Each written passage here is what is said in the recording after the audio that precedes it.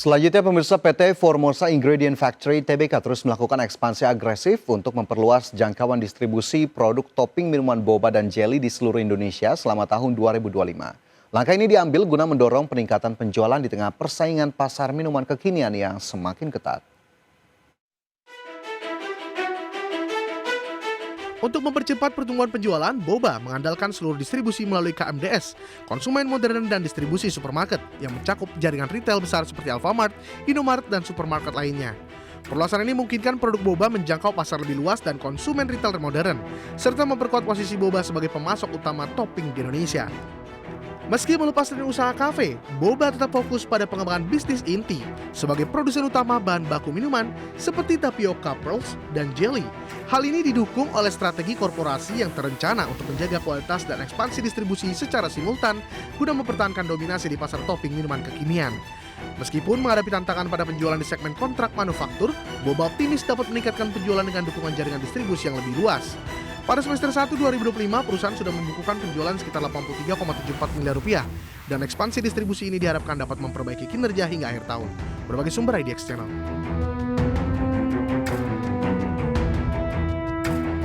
Pemirsa, PT Winner Nusantara Jaya Tbk membukukan lonjakan laba bersih menjadi 10,27 miliar rupiah pada semester pertama 2025. Pertumbuhan ini ditopang kenaikan pendapatan hingga 170% dari penjualan rumah hunian. Emiten properti asal Batam PT Winner Nusantara Jaya Tbk atau WINR mencatat laba bersih 10,27 miliar rupiah pada semester 1 2025, melonjak tajam dari 568,47 juta rupiah di periode yang sama tahun lalu. Pendapatan WINR mencapai 23,21 miliar rupiah, naik 170,41% year on year. Seluruhnya berasal dari penjualan rumah hunian oleh entitas anak. Margin laba kotor perusahaan juga meningkat menjadi 50% dari 39,41% pada semester 1 2024. Per 30 Juni 2025 total aset WINR mencapai 484,53 miliar rupiah, tumbuh 2,97% dibandingkan posisi akhir 2024.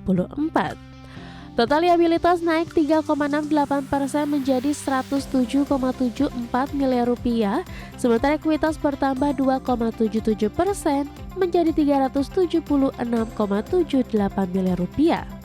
Kenaikan aset dan ekuitas ini menunjukkan perusahaan masih menjaga pertumbuhan meski pasar properti menghadapi tantangan. Sementara itu arus kas bersih dari aktivitas operasi turun drastis 99,65% menjadi 25,53 juta rupiah dari 7,37 miliar rupiah setahun lalu. Kas untuk aktivitas investasi tercatat negatif 8,66 miliar rupiah, lebih dalam 35,05% dibandingkan tahun sebelumnya. Kas dan setara kas akhir periode berkurang menjadi 1,22 miliar rupiah, turun 16,25% year to date. Berbagi sumber IDX Channel. Anak usaha PT PP Persero Tbk yakni PT PP Presisi Tbk atau PPRE mencatat lonjakan kontrak baru hingga 60% pada semester pertama 2025 mencapai 3,2 triliun rupiah. Hal ini didorong kinerja kuat PPRE di sektor jasa pertambangan dan konstruksi. PT PP Presisi Tbk atau PPRE mencatatkan kinerja mengesankan di semester pertama 2025. Perusahaan berhasil membuka kontrak baru senilai 3,2 triliun rupiah, meningkat sekitar 60% dibandingkan periode yang sama tahun lalu. Hampir 90% dari total kontrak baru tersebut berasal dari segmentasi jasa pertambangan dan konstruksi. Hal ini menegaskan posisi PPRE sebagai pemain utama di sektor infrastruktur dan pertambangan tanah air. Dari sisi kinerja keuangan pada triwulan kedua 2025, pendapatan Persero mencapai sekitar 1,6 triliun rupiah, sebanyak 97% lebih diantaranya dihasilkan dari bisnis pertambangan dan konstruksi. Laba bersih PPRE juga terangkat dari 66 miliar rupiah di periode yang sama 2024 menjadi 75 miliar rupiah pada tahun 2025 atau naik 13,6%. Perbaikan kinerja ini didukung peningkatan gross margin dari 18,05% menjadi 19,5%. Di sisi lain, struktur permodalan perseroan tercatat membaik dengan rasio hutang terhadap ekuitas turun menjadi 1,12 kali dari sebelumnya 1,7 kali. Manajemen PPRE menegaskan pencapaian di semester pertama 2025 menjadi modal kuat untuk mengejar proyek-proyek baru di sisa tahun ini. Perusahaan menargetkan pertumbuhan kontrak dan laba yang berkelanjutan dengan fokus pada efisiensi operasional serta peningkatan kapasitas di bidang jasa pertambangan dan konstruksi. Berbagai sumber, IDX Channel. PT Sariguna Prima Tirta Tbk, produsen terkemuka air minum dalam kemasan di Indonesia, memulai ekspansi besar-besaran dengan pembangunan 3 fasilitas produksi baru pada tahun 2025. Langkah ini merupakan bagian dari strategi untuk mendukung pertumbuhan dan memperkuat distribusi produk Cleo di sejumlah wilayah strategis di tanah air. Ketiga pabrik baru Cleo akan berlokasi di Palu, Sulawesi Tengah, Pontianak, Kalimantan Barat, dan Pekanbaru, Riau. Untuk pembangunan fasilitas ini, perusahaan mengalokasikan dana sekitar 200 miliar rupiah khusus pembangunan pabrik dari total belanja modal sekitar 500 miliar rupiah di 2025. Pabrik baru ini akan memperkuat jaringan produksi yang kini sudah terdiri dari 32 unit di berbagai daerah. Dengan penambahan pabrik tersebut, Cleo menargetkan penetrasi pasar yang lebih luas dan efisien, khususnya di wilayah-wilayah seperti Sulawesi Tengah, Kalimantan Barat, dan Riau.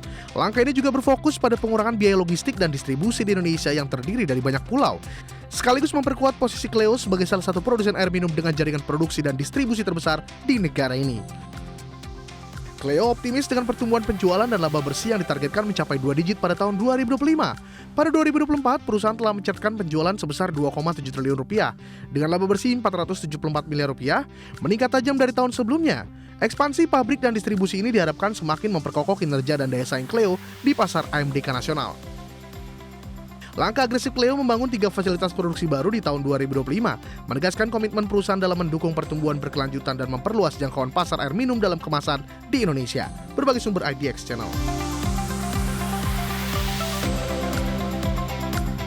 Ya, kita ke indeks harga saham gabungan. Pemirsa, terpantau hingga penutupan perdagangan di sesi pertama IHSG kembali melanjutkan penguatan bahkan menyentuh level 7.745 atau naik 1,84%. Jika kita lihat, nilai transaksi yang dibukukan pelaku pasar mencapai 10,3 triliun rupiah. 386 saham menguat, 260 saham melemah, dan 310 saham lainnya bergerak stagnan. Dan seiring penguatan IHSG yang lebih dari 1% pada sesi pertama, kita coba cermati apa saja saham-saham yang masuk dalam kategori top gainers. Ada BMRI yang naik 3,6%, BBRI menguat 3,94%, BBCA juga naik 2,63%, begitu pula dengan Brand yang naik 2,29%. Sementara top losers ada saham WIFI turun 1,48%, Antam melemah 1,7%, ITMG terkoreksi 5%, BRMS melemah 1,8%. Adapun dari sisi sektoral, teknologi menguat 5,2%, industri naik 4,44%, sementara barang baku dan properti terpantau masih bergerak di zona merah.